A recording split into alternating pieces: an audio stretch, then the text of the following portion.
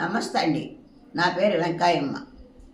మాది గుంటూరు. నాకు 78 సంవత్సరాలు. మా వారు కష్టార్జితం ఎటపీకాలి గుంటూరులో 166 గజాలు కొన్నారు. కొన్న తర్వాత మాకు తెలిసింది 10 సంవత్సరాల క్రితం వాళ్ళు కబ్జా చేశారని. మాకు తెలిసి మా వారు అన్ని చోట్ల తిరిగారు. పోలీస్ స్టేషన్ చుట్టూ తిరిగారు, కలెక్టర్ చుట్టూ తిరిగారు, ఎవరి చుట్టూ తిరిగి న్యాయం, ఎమ్మెల్యే చుట్టూ తిరిగి న్యాయం చేకూరలేదు. మా వారు కూడా అప్పటికి వృద్ధాప్యమే కానీ తిరిగాడు. తర్వాత మా కొడుకు తిరిగాడు. మా కొడుకు కరోనా టైంలో తిరిగేటట్టు మా కొడుకు కరోనా వచ్చి చనిపోయాడు. తర్వాత ఆ దిగులతో మా వారు కూడా చనిపోయారు.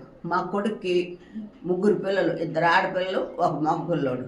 కానీ నేను ఈ వృద్ధాప్యంలో బిడ్డల భవిష్యత్తు కోసం చదువులు ఎంతో మంచిగా చెప్పించుకోవాలి. స్థలం అమ్మి ఎంతో నేను తిరిగానయ్యా. జనసేన ఆఫీస్ కాడికి తిరిగాను, ఎమ్మెల్యే దగ్గర తిరిగాను, అన్ని చోట్ల తిరిగాను. అన్ని చోట్ల తిరిగి ఎవరు న్యాయం చేకూర్చలేదయ్యా. నాకు న్యాయం చేకూర్చలేదు. పిల్లల కోసం ఏదైతే తాపత్రయపడుతున్నానని. కానీ పిల్లలకి మీరే నాకు సోషల్ మీడియాకి వెళ్ళమని చెప్పారు.